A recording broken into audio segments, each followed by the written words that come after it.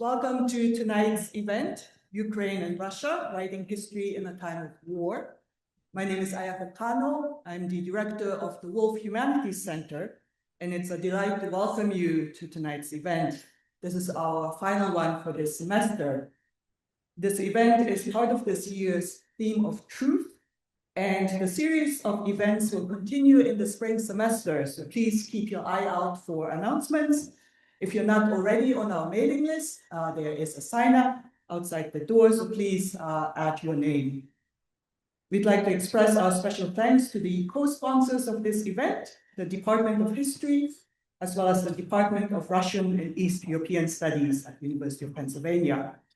It is now my pleasure to introduce Professor Yulia Verkalantsev, this year's topic director and associate professor in the Department of Russian and East European Studies, who will introduce tonight's guests.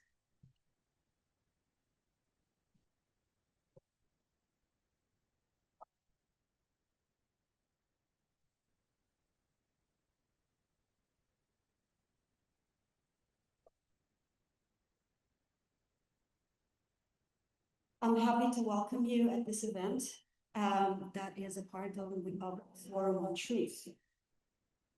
Historians in every era have claimed that their primary goal is the pursuit of truth.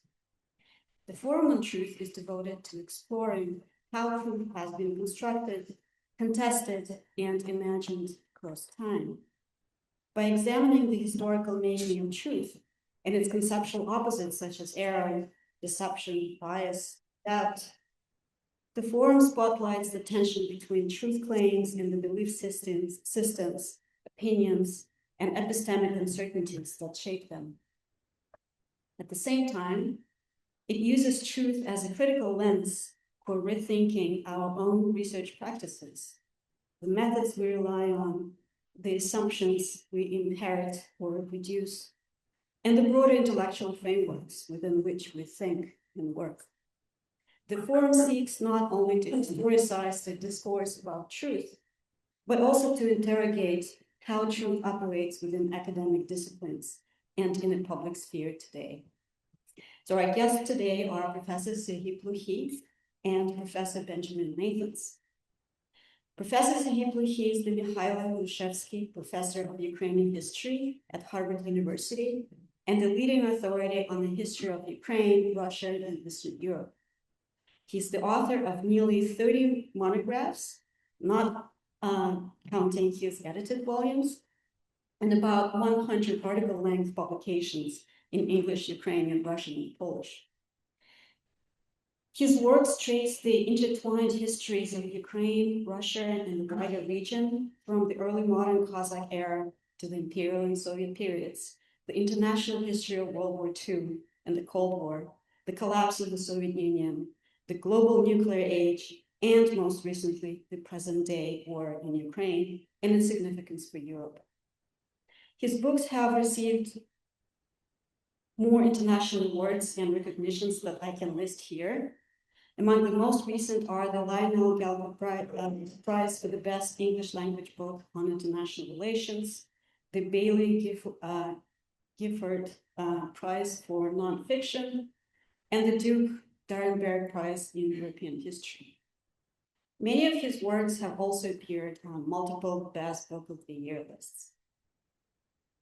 Educated at Dnipro National University, Patrice University, and Kyiv National University, Professor Plokhy has since been recognized across the academic world, holding honorary degrees and memberships from institutions ranging from Oxford University to the National Academy of Science of Ukraine, his undergraduate alma mater, Dnipro National University, and the University of Kyiv-Mogila Academy.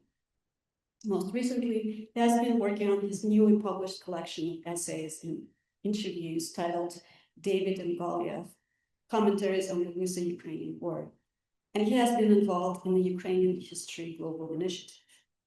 He will share his work and reflect on the challenge of writing history as it unfolds, especially during the war, in conversation with Professor Benjamin Mathens. Professor Nathans is the Alan Charles Force Endowed German Professor of History at Penn and one of the foremost authorities on late imperial and Soviet Russia, the history of human rights, the Soviet dissident movement, and modern European Jewish history. His most recent 800-page book, To the Success of Our Hopeless Cause, The Many Lives of the Soviet Dissident Movement, has received extraordinary recognition, including the Pulitzer Prize in General Nonfiction, the Wayne Vicinich Book Prize of the Association for Slavic East European Eurasian Studies, the Pushkin House Book Prize, the Reginald Zelnick Book Prize in History, and several shortlisting. One of his earlier books, Beyond the Pale, The Jewish Encounter with Late Imperial Russia, has likewise garnered multiple major awards. In addition to his impressive and wide-ranging research portfolio, spanning topics such as the public sphere in 18th century France, Russian Jewish historiography, Soviet dissident and memoir narratives, the history of the Ukrainian famine, and modern Russian activism, Professor Nathans writes regularly for the New York Review of Books and the Times Literary Supplement. His opinion pieces have appeared in the International Herald Tribune, the Washington Post, the Moscow Times, and not least, the Daily Pennsylvanian. He has also worked as a consultant for Ralph Applebaum Associates, leading an international committee of scholars in shaping the content of the Museum of Jewish History in Moscow, which opened in 2012. At Penn, alongside his work with undergraduate and graduate students in the history department, Professor Nathans directs the Robert Johnson Integrated Studies Program. Please help me in welcoming our guests.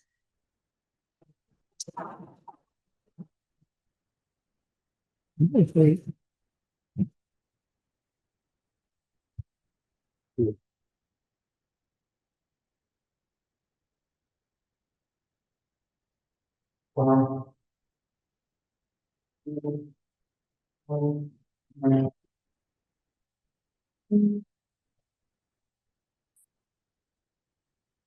Yes. Well, the floor is mine. The floor is ours, right? But it looks like I'm the first to start. First of all, thank you so much for this invitation. It's a pleasure to be here in Philadelphia at the University of Pennsylvania. We're just trying to remember when was the last time that I was here, and decided that that was long time ago. So it's a pleasure to be back. It also gives me an opportunity to really congratulate Ben Nathans on really wonderful book that I read, enjoyed, and that is recognized. I'm very glad that it is recognized on that level. The question of truth, I think we will be returning to that question again and again. But I probably will start with some introductory remarks specifically focused on the topic, the way how it was announced, and it's Ukraine and Russia writing history in the time of war. And I was thinking about that. First of all, I did that without thinking. I was writing history. And then I now trying to return to that and try to understand what actually happened, what happened to me, what happened to the field. And in very general terms, I think that at least in my experience, there are three kinds of history that I was involved or engaged with. The first one was the works that you started work long time ago before the war, and then the war happens. And that also changes your perspective on what you're doing. To one extreme that, okay, what you have been doing your entire life is really worthless. And that somehow I lived in the bubble that the society somehow learns from history, and that there is some form of progress, and then suddenly you realize that you lived in a bubble, and certain truths that were accepted and were clear in your environment that turned out to be, if not completely foreign, then certainly not internalized by public at large, by the decision makers, to then looking for the ways of, you can't stay outside of what is happening. How you can engage and how you can help with what you know.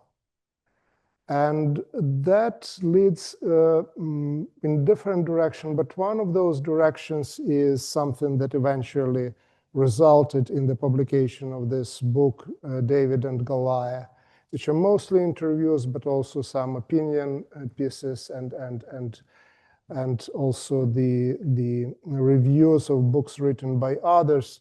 So you are trying to influence people around you. So first, from the realization that you understand that the world around you lacks history and lacks understanding of history of the sort that you can imagine it should have, then you try to fix it somehow. And you're not sure whether really you have something relevant to say or not. And in my case, the fact that people and journalists in particular kept turning to me and kept inviting was really very reassuring that, okay, probably you have something that people need at this point, at this moment.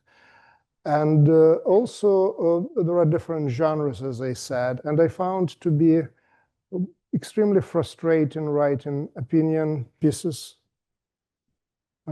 partially because the editors not just give different titles from the ones that you want to give, but also they just tell you what you are supposed to say and to write and what is important.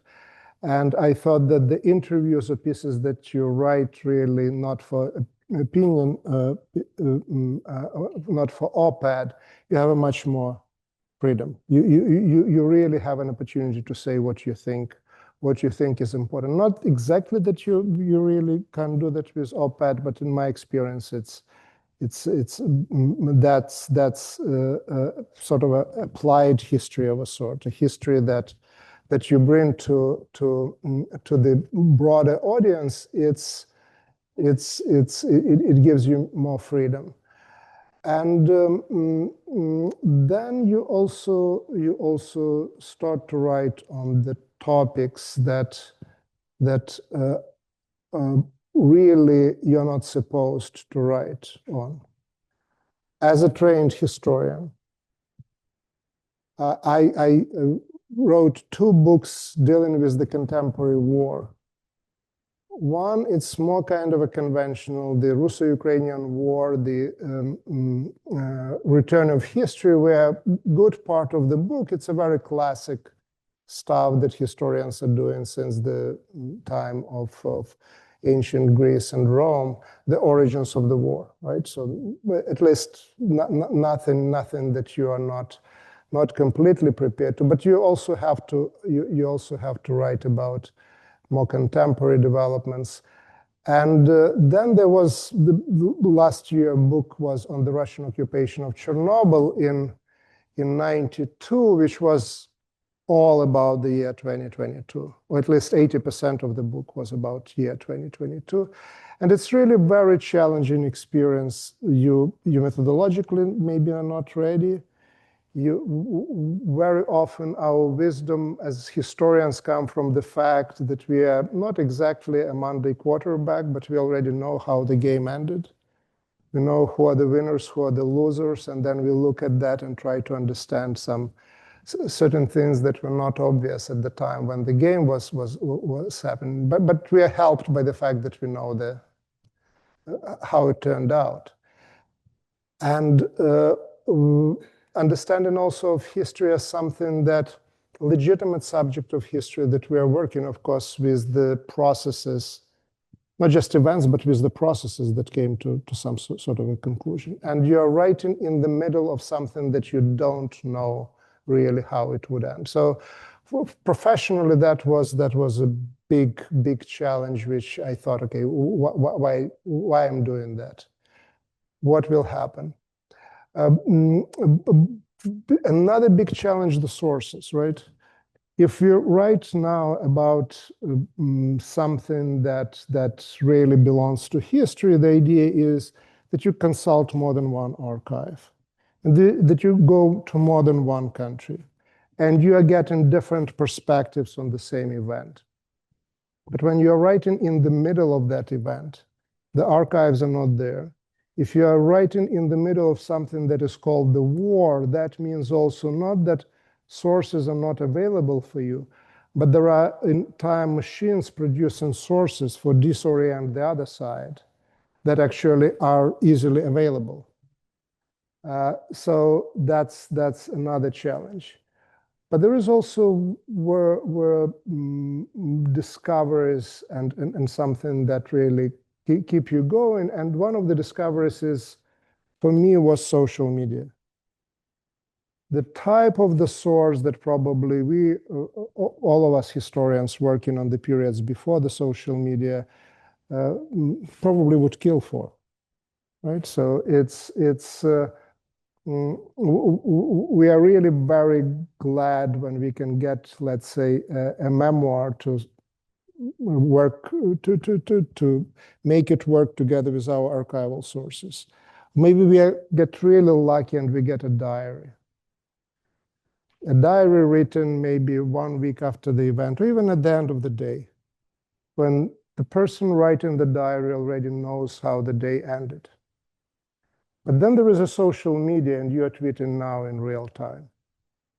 And that's the sort of the history captured in that moment, in the perception of the people that I discovered, in particular working on my book on Chernobyl, which again I got jealous for the generations of historians who would come after us, and what wonderful thing they can do, really studying our time and our era. Then maybe I'll conclude that part of my own experience, and we'll go to the collective projects like Ukrainian History Global Initiative. But I will conclude my observations with this question about the truth, right? And I already said that, okay, there are limitations of telling the truth just because the sources are not there. But then there are also things that why I'm doing what I was not supposed to do, because I'm very clearly taking a particular side. That very clearly I want not just to write history, I want to influence it. So what does it do to me as a historian in terms of bias, in terms of objectivity, in terms of taking position on the things? And I found inspiration in people who are writing about the Second World War. And most of the literature that we have, we are taking a very clear moral position. Whether we are writing about Third Reich, whether we are writing about the United States of America, the Soviet Union, but also from that position, there is certainly room and opportunities to produce good history. And my position on this war that I have been writing on, it's very clear. It's very personal. What makes a little bit easy to take it is that I really don't remember in modern history any war where certain things, at least from my perspective, were so clear-cut. It's very clear who is aggressor. It's very clear who is the victim. But still, again, you take that position and then you try from that position to produce the best history you can. And the way how I dealt with that, for example, in my book on the Russo-Ukrainian War, I start with my personal story, how I learned about the war, how I called my sister and the bombing was already here in Zaporizhia. So I'm very clearly say, okay, that's who I am. That's where I'm coming from. That's what you either like or don't like. That's the position, the moral position, if not legal, from which I'm writing this history. Once you took that position, then I think there should be very, very little space for excuses of not to do your job as good as you would write. And I don't know, history of the Balkan Wars of the beginning of the 20th century or something like that. Again, the excuses are there with the sources, but in terms of the rigor that you can use, the position, I think that there should be very little room for doing a poor job from the professional point of view. Can I jump in here with a question? Yes, please. Since you brought up your sister and your parents' home in Zaporizhia, and the fact that the city was being bombed shortly after, if I understood correctly, shortly after you made that phone call to your sister, I'm wondering if I can ask you about one of the other challenges of writing about this war.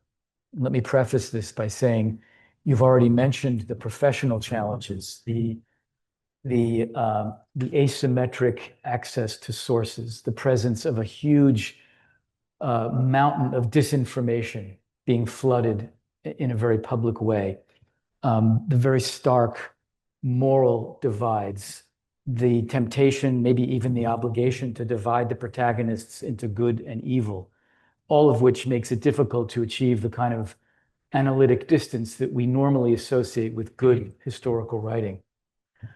But there's another set of hurdles that you mention in one of the interviews that I read. It comes from this book, David and Goliath, which, contrary to the publisher's announcement, is not coming out in February 2026. It's coming out right now. It's available. And I'm very happy to have this copy in front of me to show people. One of the things you mentioned in an interview there, and I'm quoting here, is the shock, pain, frustration, and anger that you felt after that phone call with your sister and after you understood what could happen to the house in Zaporizhia where you grew up, your parents' house. And I'm wondering if you're willing to speak about this, about the emotional challenges of either overcoming or harnessing and repurposing those feelings of rage and, I assume, impotence in the face of what was happening. Yes, thank you. Thank you. Yeah, Zaporizhia is getting closer and closer to the front lines. So now we are replacing windows. There was a hit not far from that house. So it's not just the start of the war, it continues. For me, I tried, it's up to the readers to judge whether I succeeded or not. Once I really identified my position, then the task was really to turn all of those emotions into the best and the most convincing work that I can write, because at the end, I broke out of the conventions of history writing or what I am supposed to do. I certainly opened myself for endless criticism of my peers. I also know what is happening to the works on any subject written immediately after they're happening or when they're happening. The Russo-Ukrainian War, it's a big event. There will be generations writing about that. And there will be hundreds of historians going after me, trying to show how limited my source base was, how biased I was, how I didn't cover this and didn't cover that, because apart from real problems, there will be also the way how historiography works. You have to find a niche for yourself and say something that others didn't say. So all of this are not just risk, this is just almost guaranteed, a guaranteed situation where you will be Did you ever have in your mind, sorry for interrupting, that you will be a primary source before you know it. Well, I'm bringing certain things certainly for the first time, especially in this environment, and I know, unfortunately, that some of my work, not dealing with this war, became the only source of certain things that really exist now in the world. For the simple reason that the links to the websites where that information went dormant, and the websites probably don't exist. So if the question is in that sense, yeah, probably there will be certain things that will be just in my book and nowhere else. But that was not very much on my mind. So let me, I just went in this long list of things for which I will be attacked. So, and you realize that, and you're still doing that. So you're doing that then for the reason that you want actually either to set the record straight, especially in the conditions of this war, with so much propaganda, especially historic propaganda. And the only way for you to really get where you want to get is if you are trying to be as professional as you can. Because if you really fail there, then the entire thing collapses. Then all these risks that you are taking, they're really for nothing. They're just inviting not just any criticism, they invite very just criticism. So that's what you try to do. I'm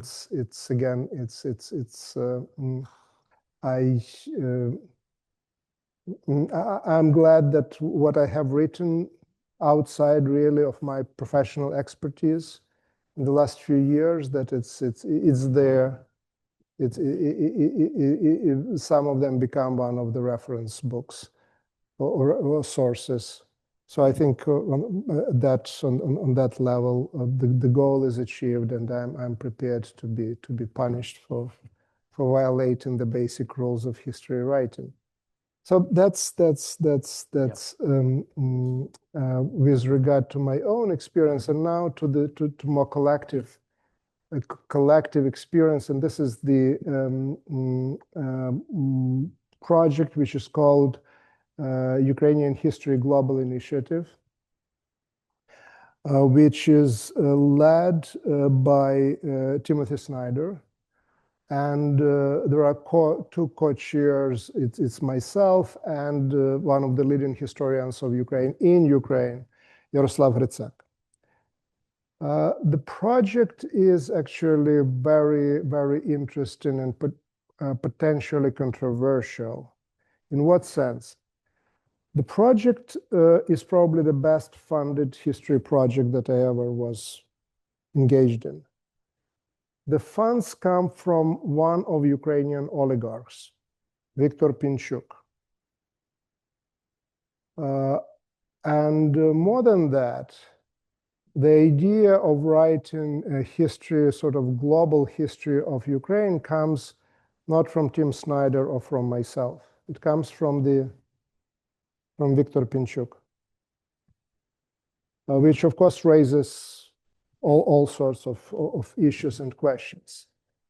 What I can say, and this is basically mostly through the efforts of Tim Snyder, but also the understanding on the part of Viktor Pinchuk, is that the structure for the project was set that the money were put aside into separate foundations,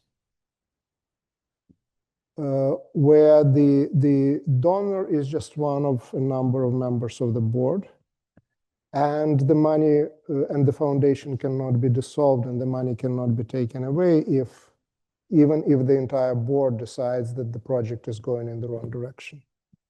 So that's basically one way how the independence was assured. And now we are in the second year of the project. I don't see anything that can be even remotely presented as a pressure. So that's where we are, and I wanted to say, okay, that's a big project. This is an online project. Sorry? This is going to be a website. There will be a website. There will be also, it's basically, we don't know how it will turn out eventually, but there is around 80 authors, some working on the individual modules, other working on collective modules. One module is, I just finished drafting my part, which was on independence of Ukraine. I read your book really, really carefully, working on that particular segment. December, the first drafts are supposed to be already submitted. The idea is that each module is roughly 30,000 words, but the authors would be also asked to produce a condensed version of 3,000 words. And some form of condensed version, there are negotiations now happening with one of the academic presses, would be published as a book, multi-volume book, but the entire text will be on the website. And this falls into the category of the projects that I started with, which I was saying that, okay, some projects are the projects that start before the war, and then war happens and you continue working on that. So that project was conceptualized and started before the war. And then the war happened, and the idea of the project, Ukrainian History Global Initiative, is really writing the history of Ukraine that would enrich our understanding of the history, not just of Europe, but of the world, and to bring in as much world history, and so to remove these borders, these barriers, as possible. And it's being achieved by the fact that we are trying to bring the Ukrainian expertise and global expertise together, either within the same module, or there would be different modules, but with the volumes as a whole.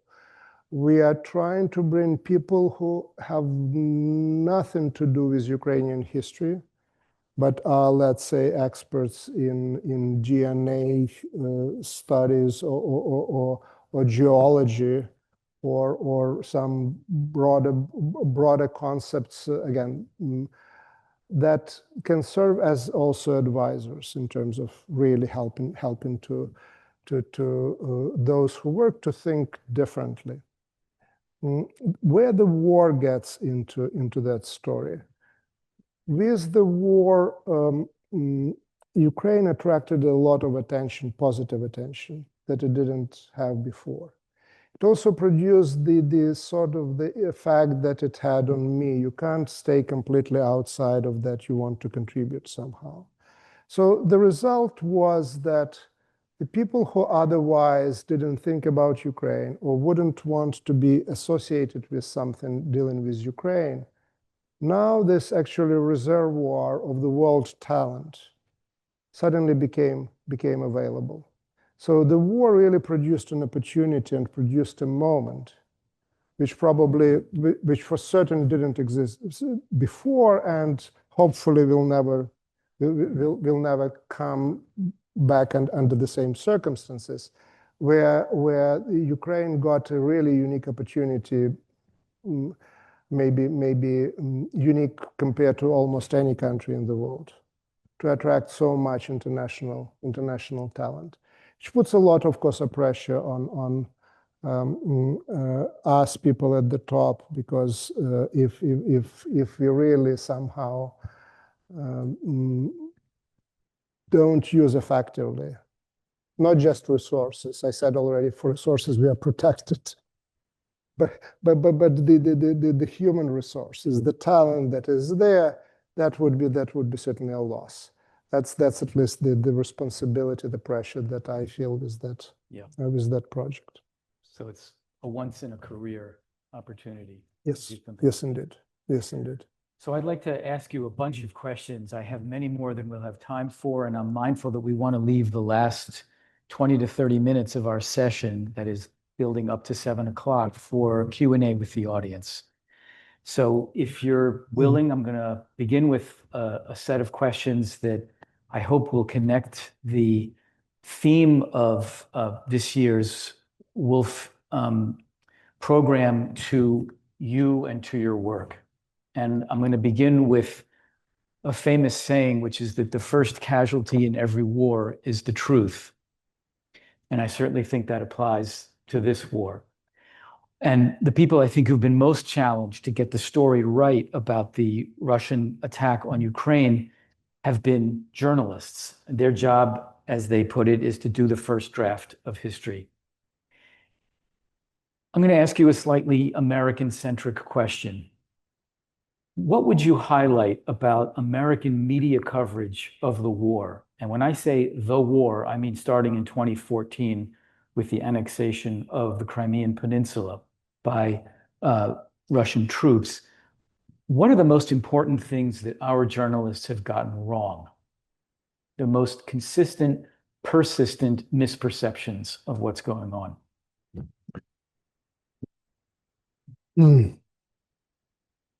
I'll start with maybe broader observation based on my own experience, how the American media works. And there were two moments in 2014, the annexation of the Crimea, and then the start of the war of 2022, where there was an avalanche of requests, media requests, not just for me, for people at the Ukrainian Research Institute. We produced the list of people specializing in different areas to orient the journalists, the media requests. The Ukrainian Research Institute that you're referring to is at Harvard, which you directed for about a dozen years until last year. Yes. And it's still probably there somewhere on the website, but it's basically no one is interested in that. So the interest in the expertise when something happens, when the media doesn't believe that they have expertise there, lasts roughly for 2 months. After that, there is a perception in the US here that the talking heads on TV and in other places, they already mastered the subject. So that is actually the biggest problem, that on the one hand, you have a very, very good reporters on the ground. The US, being the nation of immigrants, has this access to the talent, like Yaroslav Trofimov writing. So people coming from the region who understand the history, understand cultural context.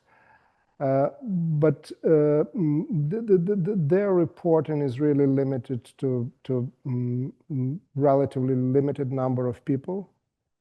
But then you have TV, and then you have bloggers, and it's just a militant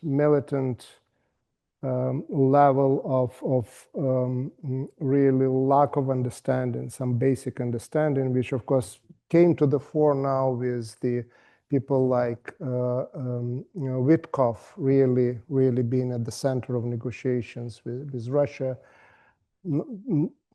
probably not being able to find those places on the map even a day before traveling there. This is Steve Witkoff. Steve Witkoff, yes, which is now, of course, at the center of trying to negotiate a new deal. Again, I'm not questioning his well intentions, but certainly his credentials, his ability, his understanding of that is almost zero. So I would say that, like in many cases in US, you have the pockets and islands of really very good expertise, very good understanding of what is going on. And then the rest, which is the majority, and also to a different degree that affects decision-making, that is lack of basic things, historical, cultural, and otherwise about the place. That's at least how I see it. Yeah. In one of the interviews that's reproduced in this book, you quote the famous Churchill adage that democracy is the worst form of government except for all the others. And you add to this, I'm quoting, "I've reached the conclusion that historians are the worst forecasters of the future, except for everybody else." So one of the ways that historians try to bring their work to bear on the present and future is by analogy. And as you know, there are many possible analogies for what is going on now between Russia and Ukraine. The menu is wide, many different flavors, many different choices of episodes in history through which to think about what's happening now. You have made the case that the 19th century, the imperial period of Russia's history, more than the Soviet era, has the keys, or at least some of the keys to the door. I'm wondering if you can explain to this audience what it is about the 19th century that you think is so illuminating, and maybe you can explain to them and to me, since this is what occurred to me, why you don't think the brief period of Ukrainian independence during and immediately after the First World War, which was also snuffed out by forces headquartered by then in Moscow, why is that not the key analogy to thinking through historically what's going on now? And maybe just say a little bit about how you choose analogies. Yes, yes. Thank you. First of all, yeah, I spent some time saying how reluctant I was to write about the present. And then you agree for an interview, and the very friendly interviewer and reporter starts with pretending that they're interested in history, but the question will be always about the future. And I resisted, and then I started to find the ways of how not to interrupt the interview in the middle and not completely disappoint the interviewer and the audience. And this rephrasing Churchill was one way to deal with that. Another, I found kind of a, I found some confidence in thinking about history in a very banal terms as the subject that studies continuity and change. I've heard that one. Not particularly original, maybe even less original, that in sense also as well known as Churchill's saying, but still. But and there is something about that in terms of history. And if we really study continuity, and continuity, not all continuities end today, right? So that means we can probably realize what the trends are. We can be right or wrong in identifying those trends. But what other actually field of knowledge, what other field of humanities has that power to look into the future, saying that, okay, this is the trend that is here, and there are chances that we maybe can't be as precise as the people who do the weather forecast, but we can try to match their sort of prediction. So I eventually started very reluctant, but then convinced myself that maybe there is something about history that allows us to think with some level of not certainty at all, but not completely baseless thinking about the future. So, which is different from analogies, right? And I remember when the big war started in 2022, and there was among people close to the political circles, political scientists and historians, was, okay, is this 1939 in terms of the start of World War II? Or maybe this is 1941 and this is Pearl Harbor. Or maybe this is 1938 and Anschluss and the annexation of the Crimea. So in terms of analogies, I found myself on a much more shaker ground than in terms of thinking maybe about trying to identify what the trends are. Now returning to the 19th century, what I use and abuse 19th century for in my interviews is really that I can't place, I do that as an intellectual historian who tries to understand where Putin's thinking comes from and where the Russians and Ukrainians, so on, and the same people comes from. And it squarely comes from the last decades of the 19th century and the beginning of the 20th century. That's a classic Russian imperial thinking about what is Russian nation, right? And that's in Putin, and that's where most of my references to the 19th century are. The limit of my, again, thanks for suggesting this, looking at the period of Ukrainian independence. I will think about that more, but till now, my thinking about that was limited more, thinking about differences than similarities. And differences come in two kinds. First of all is that the revolution that produces Ukrainian independence in 1918, 1919 is basically the revolution in the village. And it's almost exclusively ethnically and culturally Ukrainian phenomenon, which fights also against other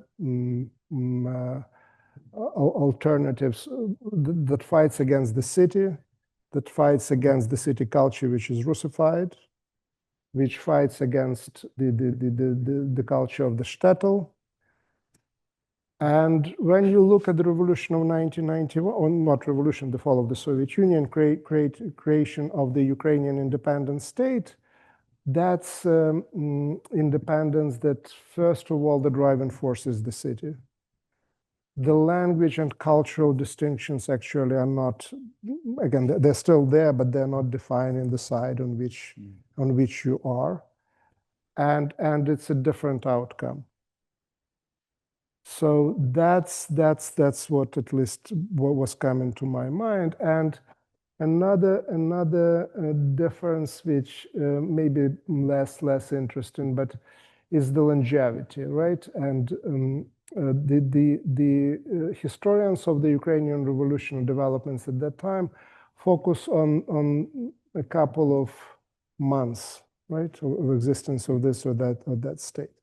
Ukraine now has more than 30 years of existence, which again puts Ukraine of today in a different place, because there is, first of all, you already have, after the 30 years, not perfect, but there is elite. You have the people who can actually run the Ministry of Finance with different level of success. You have already a generation or two that were born in that state, and now actually losing state, it's losing something that they were already part of. It's not just fighting for the state that never existed. So again, I certainly will be encouraged by your question to think also about similarities. But so far, my thinking were more along the lines of why Ukraine of 91 is still here, fighting the largest war in Europe and still holding the line, when the Ukraine of 1918 didn't survive. I'll come back to that 30-year period in a couple of minutes, but I want to first ask a question from a different angle. It's not only historians in and of Ukraine who are grappling with the challenges that you've been describing, of writing the history in real time of a conflict whose outcome nobody knows and nobody can know at this point. The Ukrainian state, the Zelensky government, is also interested in crafting a certain narrative about what's going on. And as you know, there was a law adopted in August of 2025 called the Principles of State Policy in respect to the national memory of Ukrainian people. And certain critics of that law and the principles that it articulated are pointing to a kind of state involvement in crafting a canonical, some would say obligatory narrative of Ukrainian national identity, national formation. The overseeing institution in this case would be the Ukrainian Institute of National Memory. Critics have drawn analogies between what that institute appears to be about and what more or less analogous institutions in Putin's Russia are claiming in terms of a prerogative to shape and, in some cases, censor and repress narratives about Russian history generally, but especially the history of the Second World War. Others have even said that both of these patterns, both of these tendencies towards state involvement in crafting an historical narrative are, in a sense, leftovers from the Soviet era, when, as you know as well as anybody else, the state was massively involved in creating, defending, articulating, and if necessary, punishing deviance from an official narrative about the past. You yourself are on record as defending the necessity for a nationally oriented history against those who, shall we say, fell in love with a vision of Ukraine as a post-colonial state, as a post-national state, as a state whose roots were in the era of globalization, and many hopes and dreams were invested in Ukraine for having the potential for a post-national identity, a sort of cosmopolitan early 21st century identity. And against them, you have defended the imperative of writing a national history. I want to hear both your defense, but also your concerns when it comes to the presence of the state in those debates. Right. Thank you. I started as a critic of national paradigm. I have a couple of articles about that, and then I evolved. Probably by the year 2013, that was even before 2014, to the idea that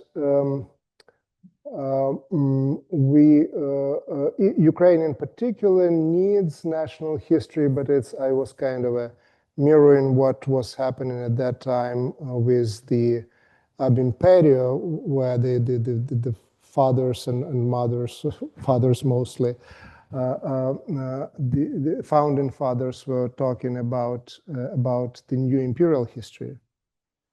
So, Imperio is a journal devoted to the post-imperial study of. So basically, I advocated new national history, which to a degree would be also more or less along the lines of the Project Ukrainian History Global Initiative.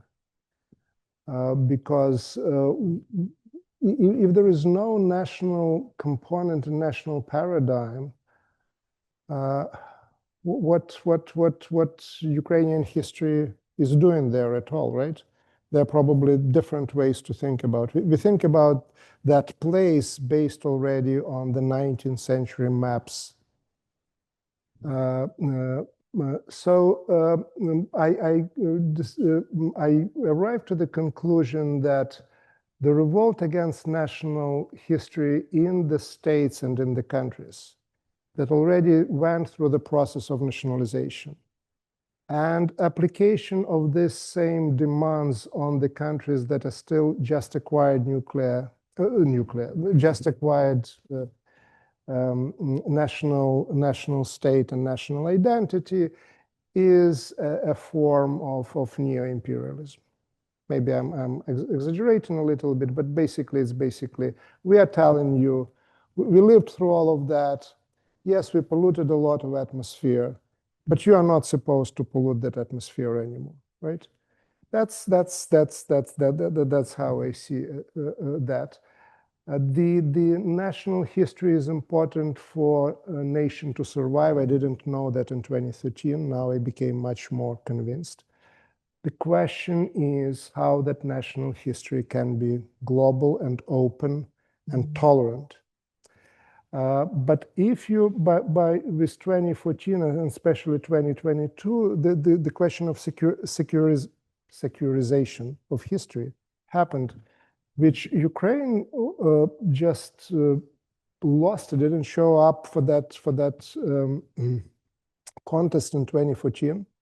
Russia came completely mobilized with the idea of the great victory, Победа Bessia, and all this St. George's ribbons, when Ukraine was completely divided and fighting each other over the history of World War II.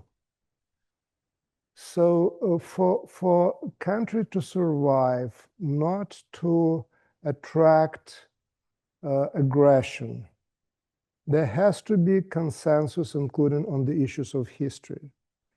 And like the government is responsible for the ability of that society to protect it, the government is also responsible for providing, or at least encouraging, the process of the formation of common historical field, which is in our current world, whether we want it or not, is defined in the schools, in the universities, in the publishing industry, by the borders of particular state, French, British, American, Mexican, and so on and so forth.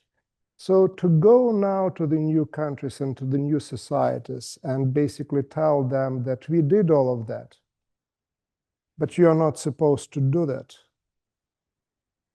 is morally, by now, again, I didn't think it was morally questionable back in 2013. I didn't think that it was morally questionable even before 2022. But that's probably the impact of the war, something that I didn't talk about, that I think, again, it's extremely important what sort of this national history is. Extremely important. Ukraine would not survive today, would not be around if it basically adopt the ethnic model either of history or identity. Just simply, Ukraine continues to fight the war in more than one language. Ukraine continues to fight the war in which some of the key and most recognizable figures are not ethnic Ukrainians. So that history has to reflect that society and has to reflect the future, but it also has to create a sense of commonality and unity, which that place actually produced.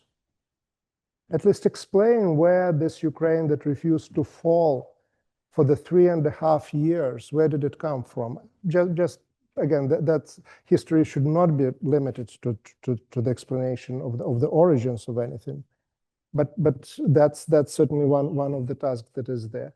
So that's where, again, I wish I can say that I always knew that. I continue to believe in the same. Probably I will be evolving as well, but in my case, this is at least an evolution. Yeah. Earlier, you mentioned the contrast between the relative longevity of today's independent sovereign Ukraine, Right. 30 years plus now, with the very brief lifespan of its predecessor in 1918, 1919, the short-lived first independent Ukrainian republic. One of the explanations, or one of the footnotes to that 30-year period is, and I'm going to put this in the form of a question to you.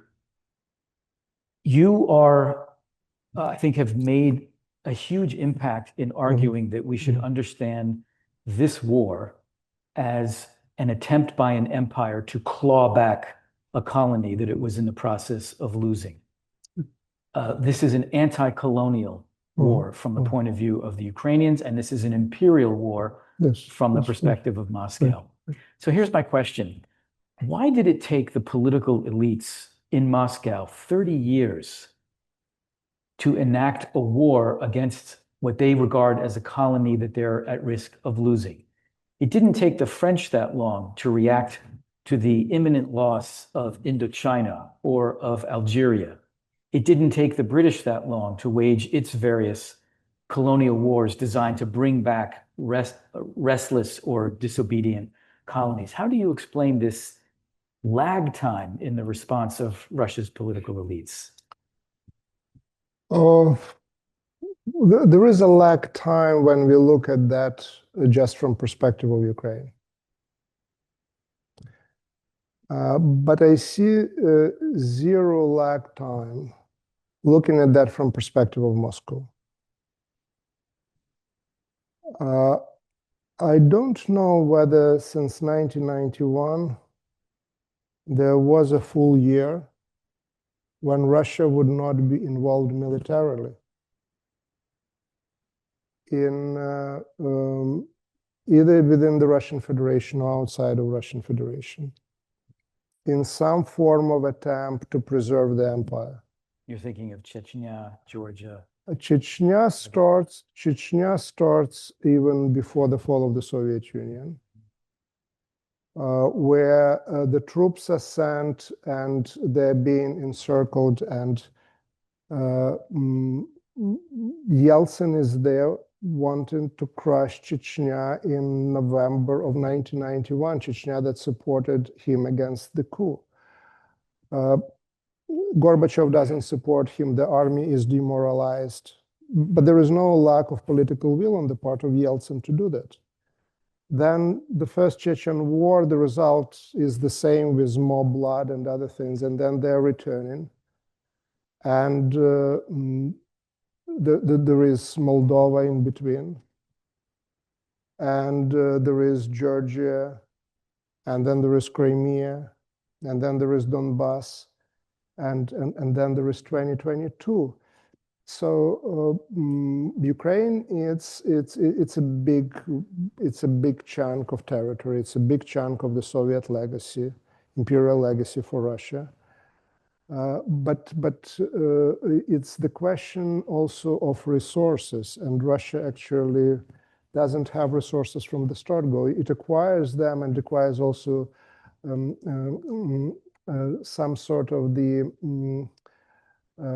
confidence in their military abilities over time. There is this anecdote apparently about the big celebration in Moscow in the middle of the invasion of Georgia. And the celebration is about the Russian troops and tanks and heavy equipment were able actually to get through through some sort of the Pereval in the Caucasus, right? So that they were able to get 60 or 70 kilometers without actually breaking down the whole thing. So and compared to what there was in 91 and then 94, okay, that's a big achievement, but they're growing in their military force, and in that sense, their ability to project military force is growing as well. But again, it's the Russian current regime is born out of war, right? So Putin is being elected in the middle of the second Chechen war. The mobilization of identity, everything else is happening in the context of two Chechen wars, and then continues. So it is. I don't want to dismiss completely the fact that there were people like Kozyrev, the fact that there were this liberal circle of advisors, Starovoytova and others around Yeltsin. It had an impact, but the key thing is that it's not like Yeltsin didn't try to be Putin. It just he didn't have the right army. He didn't have the right equipment, at least within the Russian Federation. Putin's, of course, real contribution is using army in that way outside of the borders of the Russian Federation. But then even there it is questionable because the Russian army is in Tajikistan. The Russian army is in Moldova. Again, we can question why they're there, how it happened, but they're there and they're not leaving. Yep. Okay. We have very little time left. I just have a couple of literally two final questions. Maybe I'll ask you to be brief so that we can save time for Q&A with the audience. You have written that the only way to defeat, or the only way to put an end to imperialism, is through defeat. You didn't specify whether you meant military defeat or another form of defeat, but you've also said that what's at stake here is not just the future borders of Ukraine, but the future of Russian identity. That the only way to stop the impulse that led to the invasion of Ukraine and all the other examples that you've just listed is for Russians to stop thinking of themselves as the center of an empire, to stop thinking of Belarusians and Ukrainians as part of the Russian ethnos, and instead to start thinking themselves as a discrete nation state, possibly for the first time in their history. What is it going to take to effect that change? How do you picture not just what happens on the battlefield, but what happens in the minds of tens of millions of Russians that could produce that outcome? First of all, thank you for summarizing it, because I guess you did this better than I did in my interviews. But I certainly recognize myself. I agree.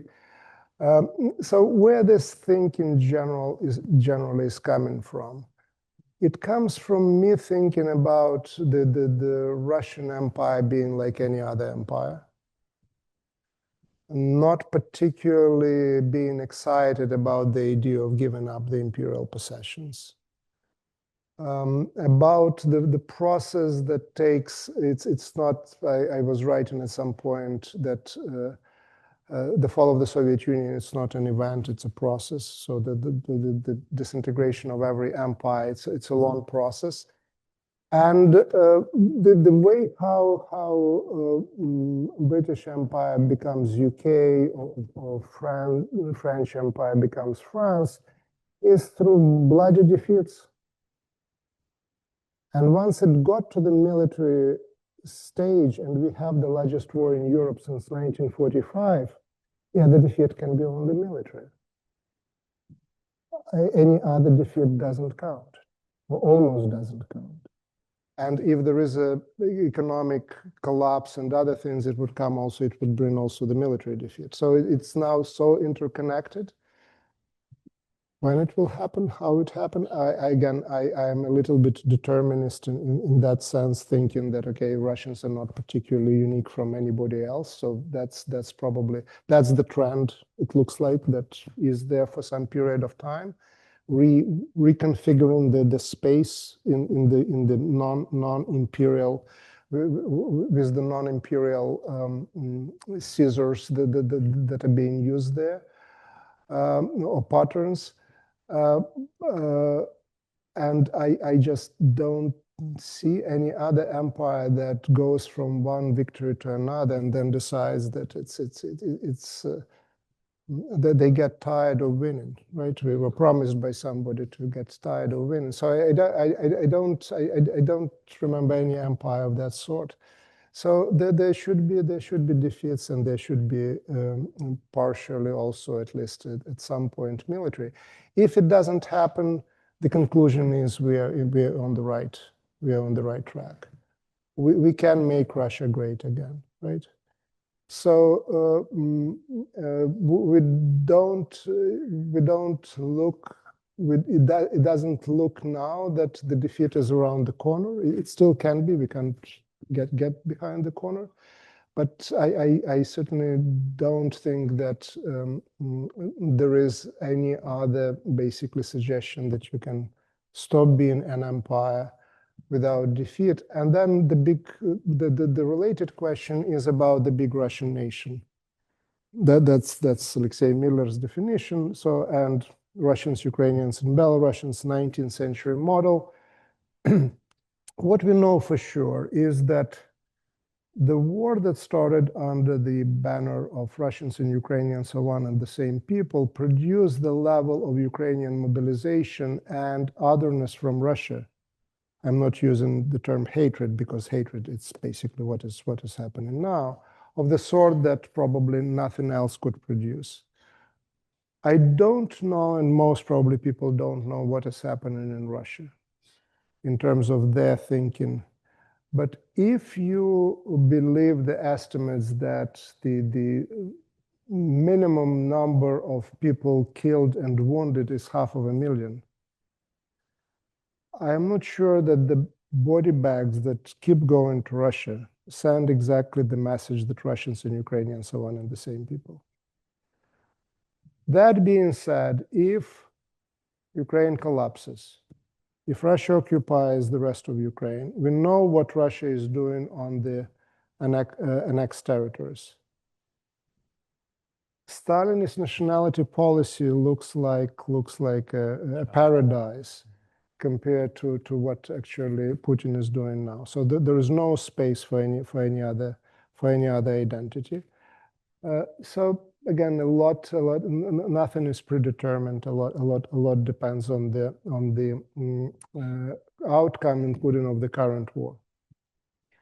I'm going to stop there, although I have many more questions to ask, but I'm sure you do too. So my understanding is that we have some microphones that can be mobilized for questioners. And Stay right here, Uh-huh. which means if you have a question, please come up to the microphone. The line will be right here. And while you're doing that, come up. Then we have time for several questions. I'll take the privilege to ask you if that is okay. Since I'm here. So earlier on this evening, I was very struck by your statement that the response to this era of disinformation, best way to fight it, is to do our professional best as scholars, as historians. And I want to print that out with my computer. But returning to President Aiken's first question, which was about emotional responses and harnessing emotions, how do you find emotional energy go on? And I want to hear from David as well. How do you keep going until you finish an 800-page book? How do you write your books? Does it get easier with more practice? Well, the 800-page book was not written by me. Guilty as charged. But yeah, thank you for your question. It depends. I can tell you that getting engaged and convincing myself that I was doing something useful was a big strategy of how to survive the nightmarish thing that you go to bed and you hope you wake up and it's gone, and it's not gone, and it continues.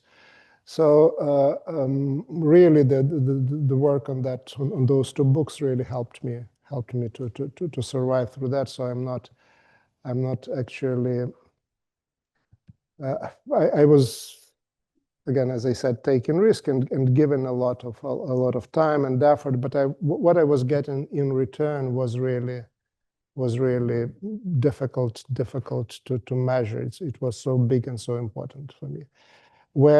And I think that's maybe generally when you think that somehow you can contribute to the cause that is big and important and you believe in, it all helps us whatever we are doing. So I think it's basically very practical thing, and then it also creates a dependency, right? Once you got into the dependency in a sense of how then really go back to the basics of your craft, of your field, of your profession, where the good and important books they need time to research, and as time changes, it may be more topic in demand or less in demand, or basically people moved on and world moved on, and it has no consequences. And again, you were writing your book for more than 10 years, right? And there were ups and downs in terms of interest in the subject itself. So that's maybe another challenge. But again, in terms of my own experience, especially in the first years of the war, that was a great help, because I thought that I was doing something important.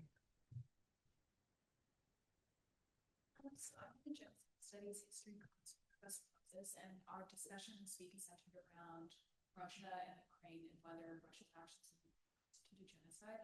And I was curious about your perspective on this and how you would constitute genocide. Thank you. That's a real minefield, genocide, right? And how many definitions we have, and to what degree what we have with the United Nations. That's like in that joke. That's the camel is the horse created by a committee. No, I can say something that I'm convinced of, but I don't know what the name and the term is for that. It probably can be identified as genocide, but it can have other terms. With the big war starts in 2022, and in the summer of 21, this essay appears signed by Putin on the historical unity of Russians and Ukrainians, which in the first paragraph says, okay, I was saying for a long period of time, and now I will prove that Russians and Ukrainians are one and the same people. And then you connect them to the Russification policies on the occupied territories. Well, this is wiping out the population, partially through violence in military terms, partially through cultural policies. I would leave this for legal scholars to decide whether this ethnocide, genocide, whether this is something else. But that's what I, as not even as a historian, someone just looking at, here is an intent, here are the actions. That's what I see. That's what is happening. I just leave it to really people who understand more about legal definitions to put a label on that. But that's what is happening. It's been well established that the Russian or Soviet narrative has dominated the narrative in academia for quite a long time. And since the beginning of the war, there have been efforts to quote unquote decolonize the academy. Could you talk about those efforts, how things have changed, and how this domination of Russian narratives has maybe influenced your own work? Great, thank you. There was that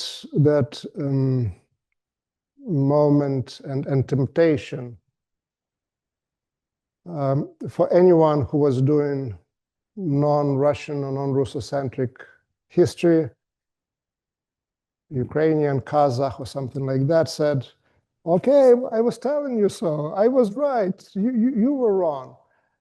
The real thing is that the war produced a very predictable, big war produced a very predictable, big result. And we started to use, whether it applies or not, I didn't like the term decolonization, especially to the Russian history. I think if the term to be used, it's about something like de-imperialization, but again, I'm not sure about that.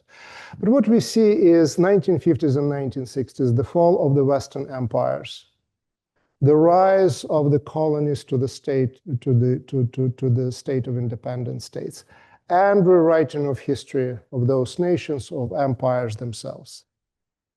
The 1991 didn't produce the same result for the Soviet, Russian, Eurasian studies, you name it. There was some push in that direction, but it wasn't the same as happened with the French history or culture study or British and so on and so forth.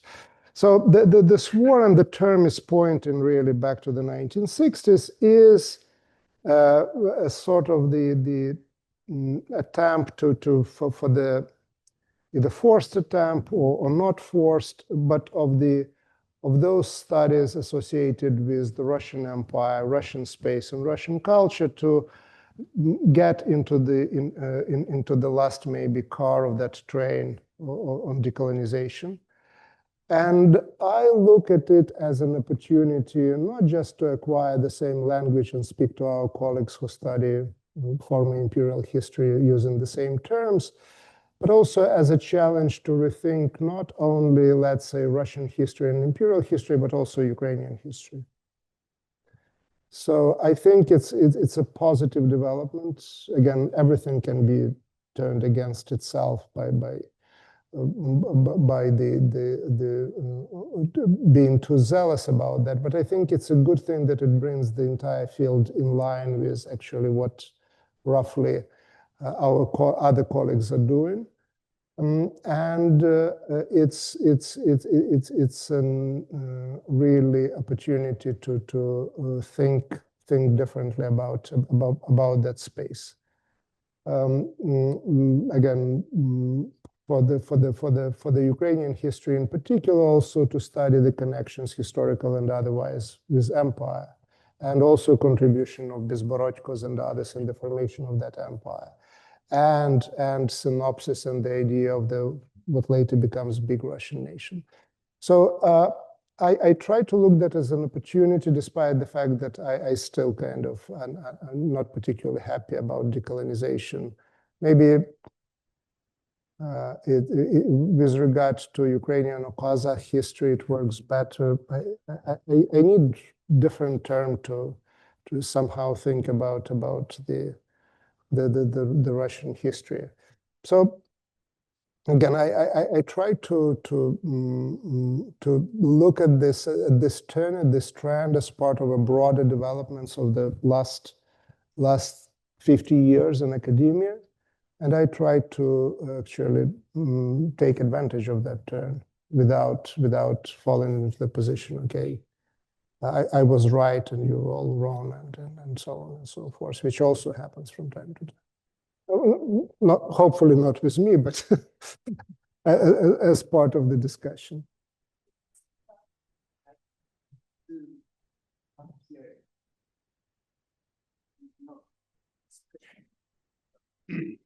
Thank you for your comments of today, and for all who write about Ukraine and the war. The short version of my question is: did you anticipate the full-scale invasion of 2022? The longer form of it is, as someone who studied this territory, I'm still trying to make sense of the world that we have landed in, and also to make sense of the methods of history in this new world. You compellingly explained here today and in other places that there's a certain kind of a prehistory to Russian aggression in Ukraine, that it's of a piece in certain ways with the orientation of Moscow towards the former Soviet Union. But the distinction between what has happened since the full-scale invasion of Ukraine and the invasion of Georgia in 2008, or other comparable incidents, is that this is so fully irrational from the perspective of any of the logics that could have been applied to the decision to invade Ukraine in 2022, economically, militarily, politically.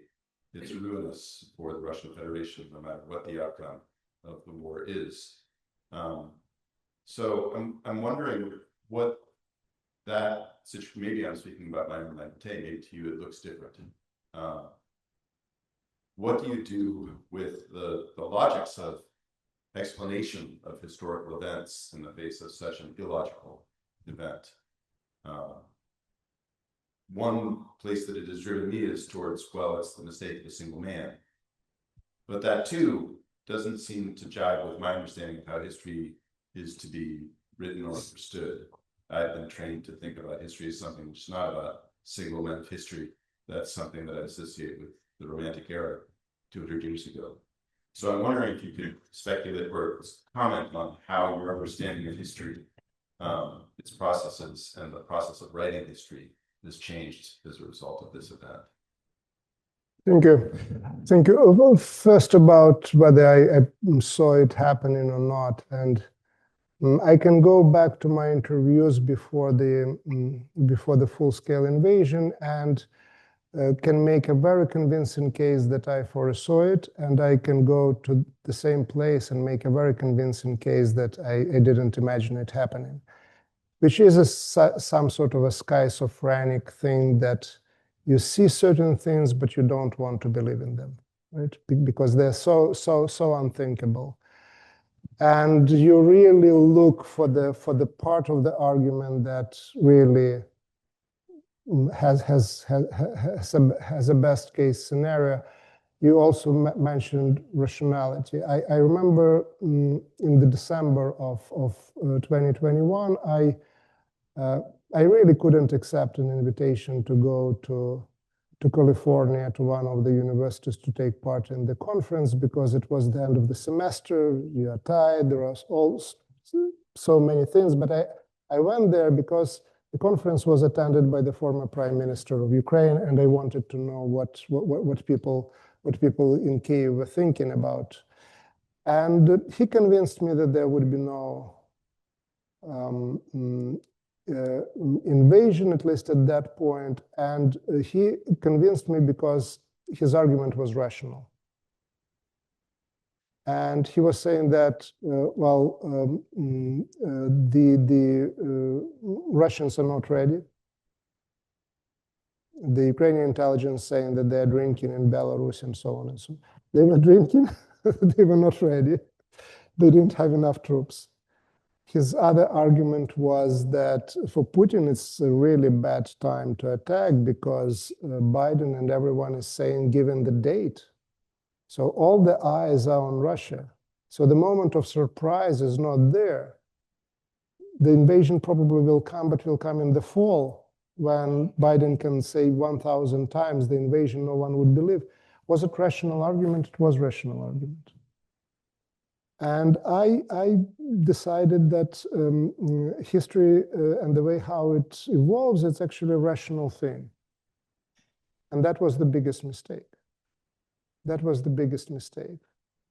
Trying to, and we are sort of trained, and then we train generations after that to bring reason to these things, and that's how we unpack things. But reason comes back if you look at that historically beyond just the particular moment, beyond the decisions made by one person, by one man. We see the Russian society that is either perfectly okay or incapable somehow to resist to the idea that hundreds of thousands of young men or not so young men are being sent there and being killed. And the business elite that loses enormously, and Russian economy is not being able somehow to mount any sort of meaningful resistance. So you start thinking about really a society, and in historical terms, I started to think about World War II and started to realize how the Red Army, and one of my grandfathers was in their ranks, how they were winning, and why everyone hated Zhukov so much, because I recognized that was basically another Prigozhin type of the in Russian Мясные штурмы, right? So you start not only bringing history for understanding of contemporary moment, but for me, contemporary moments helped me to understand or look differently at the parts of history that I knew about or researched. Look for different things. Because at the end, it's not just we historians study continuity. Continuity does exist in the societies. We didn't invent it for our tenures. So it is there. So that's in terms of rational and not rational, and that rationality at the end is a trap and can serve as a trap. And also that I'm learning it, looking at what is happening today, also about my subjects. And certainly I would be asking different questions, whether I'm studying 17th century or not. The war is back. The war was not part of my research and thinking for most of the time. And now you realize how key factor in the world it is, because the Cold War, thank God, didn't produce the big war. Then there was the peace benefit of the fall of the Berlin Wall and things like that. So we were thinking and focusing on anything but war. And now it will be back again. What we'll do with that's another question. But again, it certainly influences in many ways how we, at least I as a historian, think about my work. Because we are, I wonder, if you're right, if the three folks standing behind me, if they could each briefly ask a question. Absolutely, and I promise not to give lectures and be more. Nice. But this is what we do in our humanities seminar as well. We take 3 questions at once. This is a real test. But, Sure.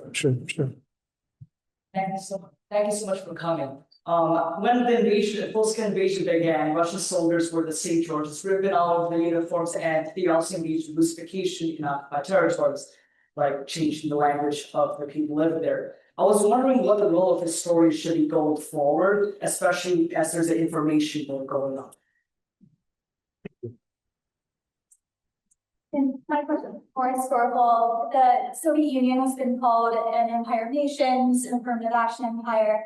And I'm wondering if you could speak to the sincerity or insincerity of the efforts to embrace nationalities policy in the context of Ukraine, and whether you think there was a fertile space for national consciousness during that period of Ukraine. During what period? In the early Soviet Union. Okay, thank you.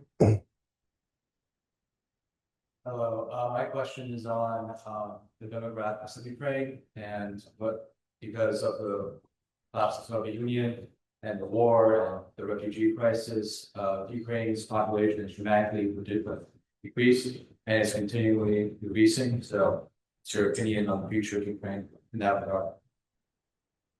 Thank you. The future of Ukraine will depend on how this war ends. Because apart from the general trend of the decreasing population, there are millions of people who are now outside of Ukraine. Now for the 4th year, being integrated into the societies, going to schools and so on and so forth. So it's a big issue at the top of already the demographic situation that was not great.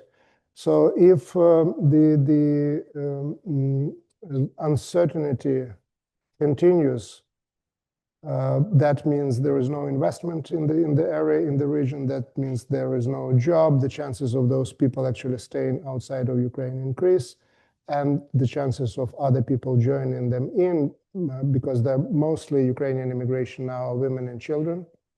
So the husbands are in Ukraine, so them joining them, again, if there is no prospects in Ukraine of peace, of development, of jobs, that will be even not only natural, but also from the legal point of view, relatively easy process.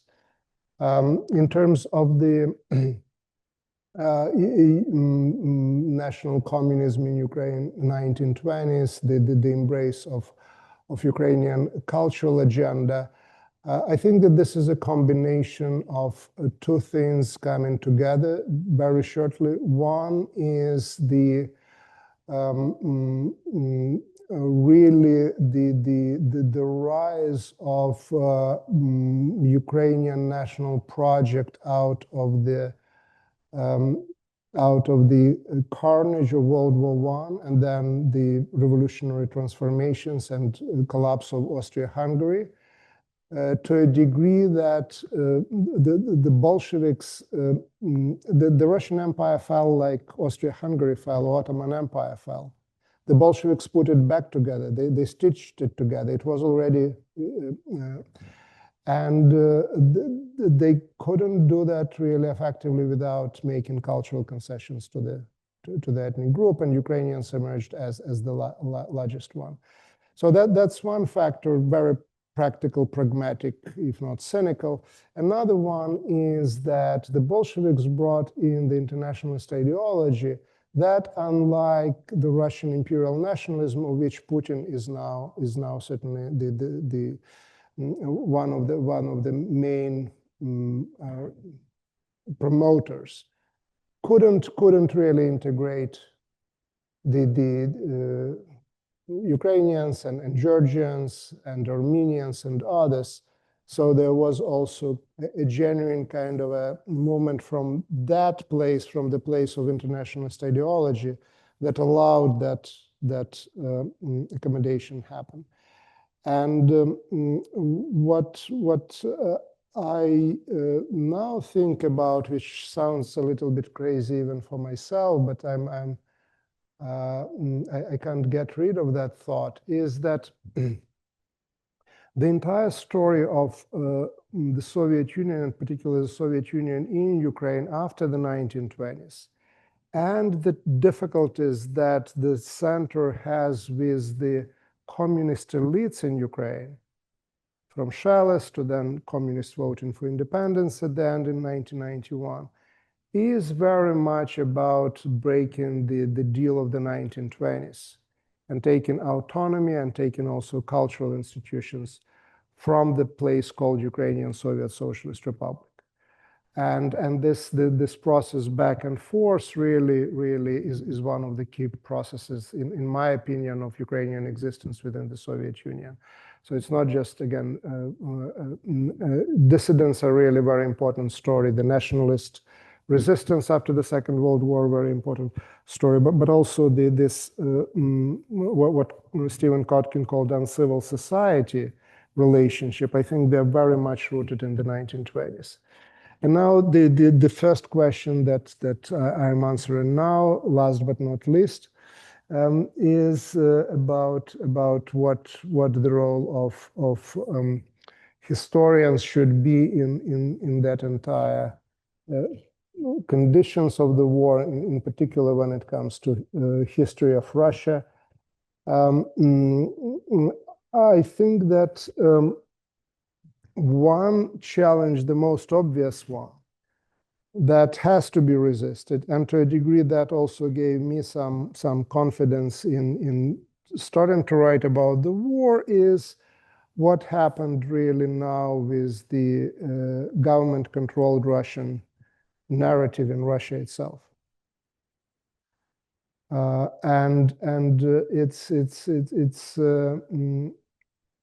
Situation in which there are already generations of historians are being born and write in those terms. So it's not something that can be just dismissed. So I think the biggest threat to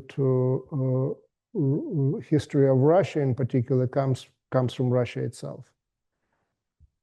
And then, of course, with the general trend of for the lack of a better word, decolonization, is okay, what does it mean for the Russian studies here in the West? How they, it looks like there is general, at least the way how I read, sort of a consensus that things have to change, but as normal, there are discussions and debates. What would that mean? Because if the war ends with Russian victory, that strengthens the Russian regime, that adds continuity to it, and that also adds continuity to the processes that are happening in historiography. And we can very easily find ourselves, even more than we are now, in the situation that can remind one about the Cold War, where the more interesting work on Russian history, and in particular on early modern Russian history, something that where I started and began, was done not in Russia or in the Soviet Union, but out of all places in the United States. Because the Cold War also created additional challenges, including for Russian studies and others. But again, we can find ourselves in the similar situation with a little bit different challenges, that's also an abnormal situation where the most interesting research on the country is done outside of the country. So that's I hope at least partially answer to your question. Thank you. I would like to thank, please join me in thanking our